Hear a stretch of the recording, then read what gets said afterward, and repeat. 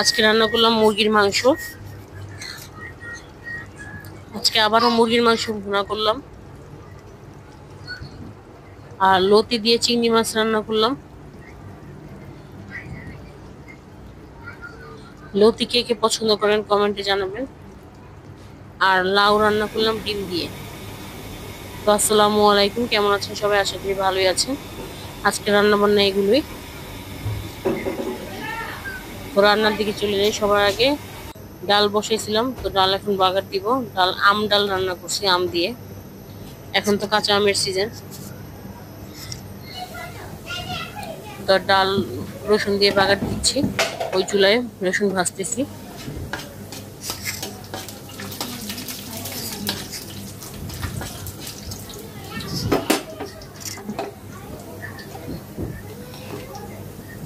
নাড়া দিয়ে আপনাদেরকে দেখা দিই যে আম দিয়েছি। ডাল ঘোটা দেওয়ার পরে আম দিয়েছি। টমেটো দিয়ে কাঁচা আম দিয়ে ডাল রান্না করলে যে মজা হয়। তো এখন রসুনটা দিয়ে দিব ডালের মধ্যে। রসুনটা ভাজা হয়ে গেছে।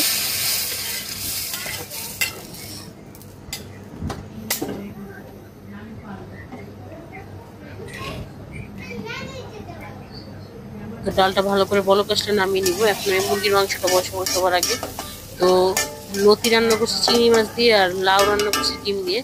তো বাচ্চারা কেউ খাবে না, তো এই জন্য আমার আম্মু বললো যে আজকেও মুরগি একটা রান্না করো।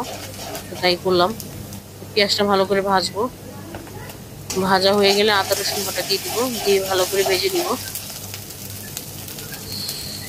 এরপর টমেটো দিয়ে দিব। তো মুরগির মাংস রান্না তো গতকালকে ছিল।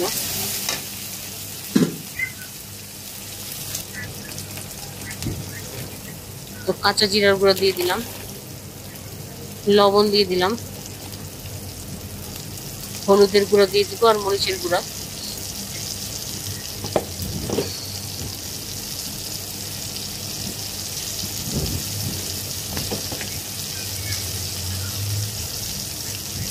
ধনিয়ার গুঁড়া দিব।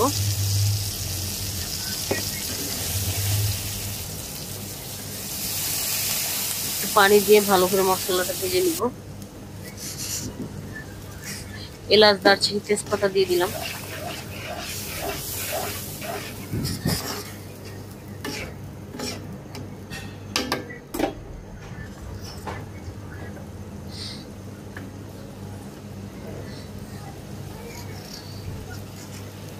কাঁচামরিচ দিয়ে দিয়েছি। এখন মাংসগুলো দিয়ে এটা ভালো করে কষাবো।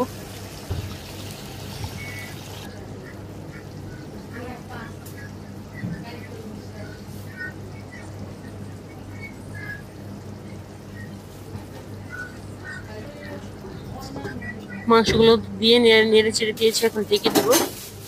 ওই চুলায় দিয়ে কচুর লতিটা রান্না করব। তো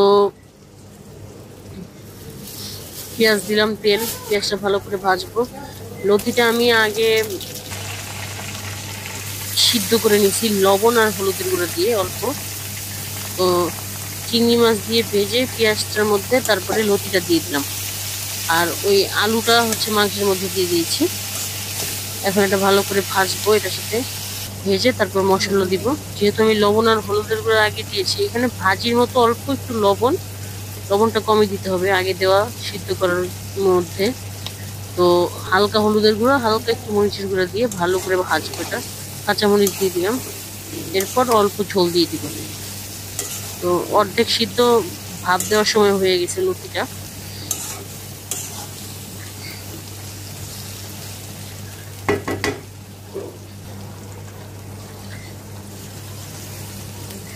তো এখন ঝোল দিয়ে দিব, একদম অল্প দিব, বেশি দিব না। আমি ছোট ছোট 5 টুকরা আম দিয়ে দিলাম, কাঁচা আমের টুকরা। এই লতিতে গলা ধরে না, তারপরও দিয়েছি। একটু টক টক।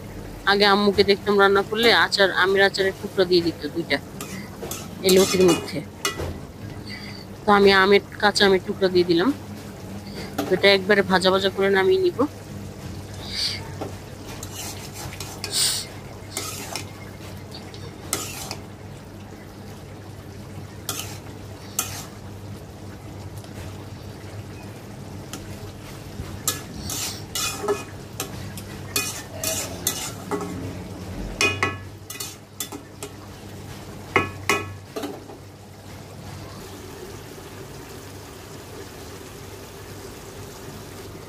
আর একটু ভাজা ভাজা করব, ভাজা ভাজা করে নামিয়ে নিব। এদিকে মাংসটাও হয়ে গেছে, তেল উঠলে নামিয়ে নিব। এখন আমি লাউটা বসাবো। তো লাউটা আমি ভালো করে ধুয়ে নিয়েছি, লাউ থেকে অনেক পানি বের হয়। তো এটার মধ্যে আমি লবণ হলুদের গুঁড়া দিয়ে এটা সিদ্ধ করব।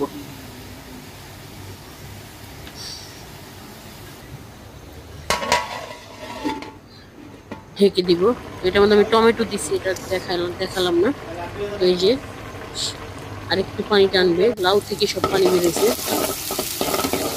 তো লাউটা সিদ্ধ হয়ে গেছে, এখন এটাকে বাগার দিব, পেঁয়াজ ভাজবো আর ডিম দিব 3টা আমি এটার মধ্যে। যে লাউটা সিদ্ধ হয়ে গেছে, ডিমটা দিয়ে দিব।